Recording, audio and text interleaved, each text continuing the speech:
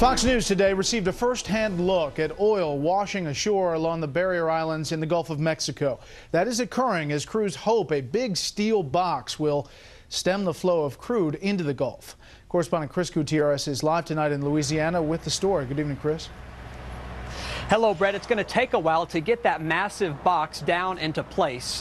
Believe me, it's no easy task here. BP is using underwater vehicles with cameras to guide and to position that box directly over the main leak. Remember, this is happening a mile below the surface, and there are no guarantees this will work.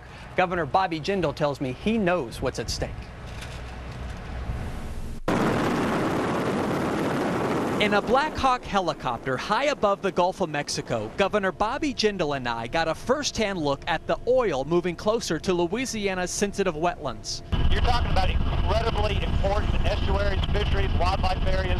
It is so important to keep the oil out. So when you look at the shrimp population, the oyster population, you look at the birds that depend on these wetlands, it becomes much more complicated to clean up these wetlands. During our hour-long flight, we passed boats working to contain the oil. Governor Jindal says these local boats and their crews would typically be out collecting a large portion of our nation's seafood. Bottom line, what we have told BP and the Coast Guard, they got three obligations.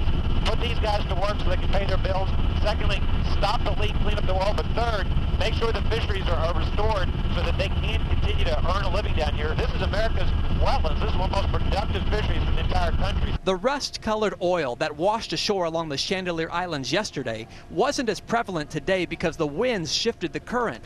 But this island chain is home to hundreds of vulnerable nesting birds. The bottom line is we're going to get it done. We'll do whatever it takes to protect our coast, and then whatever oil makes it through, we're going to work at it for as long as it takes to clean it up. You know, the sheriff here in St. Bernard Parish was also with us on our flight today, and he says if that oil makes it into those marshes, Brett, it could take decades to clean it out. Back to you, Brett. Amazing disaster there. Chris, thank you.